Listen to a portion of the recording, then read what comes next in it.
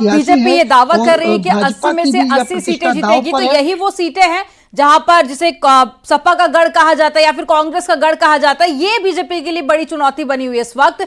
चलिए संभल आपको लेकर चलते हैं जहां से सुनील कुमार हमारे साथ में जुड़े हुए हैं। सुनील, तस्वीरें आप दिखाइए, कौन से पोलिंग बूथ पर आप इस वक्त मौजूद हैं और किस तरह की तैयारियां हैं? देखिए नीलू, हम संभल के शंकर भूषण जनता इंटर कॉलेज बूथ पर हैं। ये शहर का प्रमुख बूथ है और ये वो इलाका है, यहाँ पे तमाम सारे जागरूक लोग रहते हैं, तमाम धरना प्रदर्शन इस स्थान से होते हैं। ये पिंक बूथ है, यहाँ पर चुनाव के लिए पूरी तैयारी है। बात अगर संभल की जाए तो संभल बेहद महत्वपूर्ण सीट है। संभल से मुलायम सिंह यादव, रामगोपाल यादव, डीपी यादव, शफीकुर रहमान बर्क जैसे सांसद रहे हैं। 2014 में बीजेपी ने इस सीट को पहली बार जीता था, मगर 2019 में समाजवादी पार्टी ने फिर इस सीट को छीन लिया।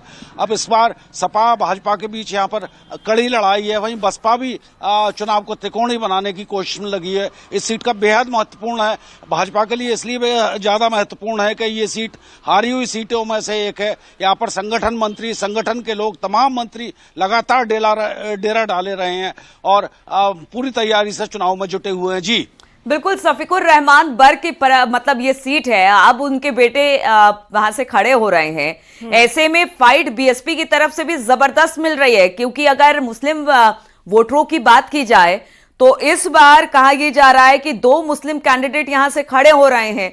तो इसको लेकर क्या वहां पर सुगबुगाहट है? आपको बता दूंगा, पर शफीकुर रहमान के बर्क के पौत्र जियाउर रहमान बर्क को सपा ने चुनाव मैदान में उतारा है। वहीं बहुजन समाज पार्टी ने पूर्व विधायक सौलत अली को मैदान में उतारा है। तो यहाँ बसपा इस चुनाव को त्रिकोणीय बनाने की कोशिश में जुटी हुई है और काफी हद तक मुस्लिम वोटों के बंटवारे की संभावना जताई जा रही है। जी चलिए ठीक है, तो पौत्र हैं, मैंने बेटा कह दिया था लेकिन पौत्र हैं, और पौत्र अब अपने जो दादा हैं उनकी विरासत को आगे बढ़ा रहे हैं। और हमारे साथ आगरा से इस वक्त शिव कुमार भी जुड़ गए हैं। अगर आगरा की बात की जाए तो ये जो सीट है ये सुरक्षित सीट है, अगर मेरी जानकारी में ऐसा है, और यहां से एसपी सिंह बघेल खड़े हो रहे हैं, केंद्रीय मंत्री हैं और उनका अच्छा खासा दबदबा है। पिछली बार भी इस सीट पर उन्होंने चुनाव जीता था, एक बार फिर से बीजेपी ने उन पर भरोसा दिखाया है। लेकिन मुकाबला कैसा देखने को मिल रहा है शिव? बिल्कुल नीलू, मुकाबला इसलिए रोमांचक इस बार हो जाएगा क्योंकि आगरा जो है दलितों की राजधानी है और इस बार गठबंधन और बीएसपी ने दोनों ही प्रत्याशी जो है ऐसे उतारे हैं मैदान में। लेकिन वहीं एसपी सिंह बघेल है जिस पर दोबारा भारतीय जनता पार्टी ने भरोसा जताया है, क्योंकि कैबिनेट मंत्री भी है, अपनी साख रखते हैं, तो उसको लेकर ये रोमांचक मुकाबला होने जा रहा है। वही आपको बता दूं कि मैं इस समय जो है एक मुफीद आम मतदान केंद्र पर मौजूद हूं। यहाँ पर आप देख सकते हैं कि जो तैयारी अभी तक चल रही है, अभी कुछ ही देर में यहाँ पर जो है मतदाता पहुंचना शुरू हो जाएंगे और जो है पहला मतदान अपना करेंगे। वही आगरा पर बात की जाए तो आगरा में सीट पर 11 प्रत्याशी मैदान में है जिनकी आज भविष्य ईवीएम में बंद हो जाएगा। वहीं आपको बता दें कि 20 लाख से अधिक मतदाता है इस सीट पर, जिसमें 10 लाख जो है पुरुष है और वहीं जो है तो बिल्कुल शिव कुमार, थोड़ी देर में देखिए वोटिंग भी शुरू हो जाएगी। आप नजर बनाए रखिएगा, अपडेट आपसे आगे भी लेंगे। और तीसरे चरण की वोटिंग को लेकर सीएम योगी आदित्यनाथ ने एक्स पर पोस्ट किया है और सीएम योगी आदित्यनाथ ने लिखा कि लोकतंत्र के महापर्व का आज तीसरा चरण है और सम्मानित मतदाताओं से अपील है कि विरासत एवं विकास की अवधारणा को निरंतरता देते एवं विकसित भारत की संकल्पना को पूरा करने किए जाने हेतु मतदान अवश्य करें। आपका एक वोट भारत को दुनिया की महाशक्ति के रूप में स्थापित करने में योगदान दे सकता है।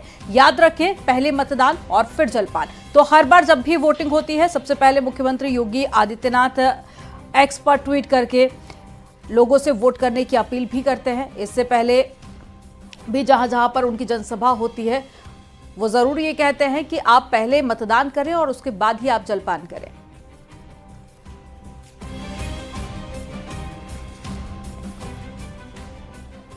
बिल्कुल, आगरा एक बार फिर से हम चलते हैं शिव के पास। शिव, अगर आगरा की बात की जाए, आप कह रहे थे इस बार फाइट बड़ी जबरदस्त है, सुरक्षित सीट है, और इस बार तो फाइट में बीएसपी भी है, उसने अच्छे अच्छे उम्मीदवार उतारे हैं और शायद, हालांकि चलिए ठीक है, लगता है हमारे साथ शिव नहीं जुड़े हैं इस वक्त। मैनपुरी एक बार चलते हैं प्रशांत के पास। प्रशांत, अगर मैनपुरी सीट की बात की जाए, यहां पर देखिए हमेशा से परंपरागत सीट रही है, लेकिन बीजेपी का दावा है कि इस बार कोई परंपरा नहीं, कोई किसी की सीट नहीं, कहीं से कोई भी दम भरता हो, लेकिन सीट तो बीजेपी के ही खाते में आएगी। प्रचार के दौरान क्या कुछ दिखा, लोग क्या दिखे, क्या अभी भी मुलायम परिवार के प्रति जो उनकी एक आस्था कह लीजिए या प्यार कर लीजिए, वो अब भी बरकरार है, या फिर लगता है कि नहीं अब यहां से कोई और उम्मीदवार या फिर कोई और पार्टी आनी चाहिए? नीलू, देखिए अगर बात मतदाताओं की जाए तो न्यूज़ 18 की टीम ने ग्राउंड जीरो से रिपोर्ट भी किया था, साथ ही मतदाताओं से बात करने की कोशिश की थी, उनका मूड जाना था। तो वहीं अपने मौजूदा सांसद डिम्पल यादव से खासे नाराज भी दिखाई दिए थे, लेकिन ये समाजवादी पार्टी की परंपरागत सीट मानी जाती है। साथ ही जो भाजपा के प्रत्याशी है जयवीर सिंह, वो भी दमखम से चुनाव प्रचार में जुटे थे। हालांकि जनता का भरपूर सहयोग भी उनके साथ देखने को मिल रहा था। आज जो उनके भाग्य का फैसला है वो शाम को ईवीएम में कैद हो जाएगा, और लगातार जो मैनपुरी की जनता है वो कुछ बदलाव के मूड में नजर आ रही है, क्योंकि जब हमने ग्राउंड जीरो पे बात की थी तो मतदाता अब की बार उनको ऐसा मतलब चेंज करने के मूड में नजर आ रहे थे। लेकिन हालांकि इस सीट पर अब की बार क्या कड़ा मुकाबला भी देखने को मिल रहा है, क्योंकि भाजपा की भी प्रतिष्ठा या दांव पे लगी हुई है, और मुख्यमंत्री अगर प्रशांत जनता परिवर्तन का मन बना चुकी है या फिर परिवर्तन चाहती है, तो ये कहीं ना कहीं समाजवादी पार्टी के लिए थोड़ी सी मुश्किल जरूर खड़ी कर सकता है। आप तीनों बने रहिएगा, आगे भी आपसे अपडेट लेंगे। और यहां पर वक्त हो गया एक बहुत छोटे से ब्रेक का। आप देखते रहिए न्यूज़ 18।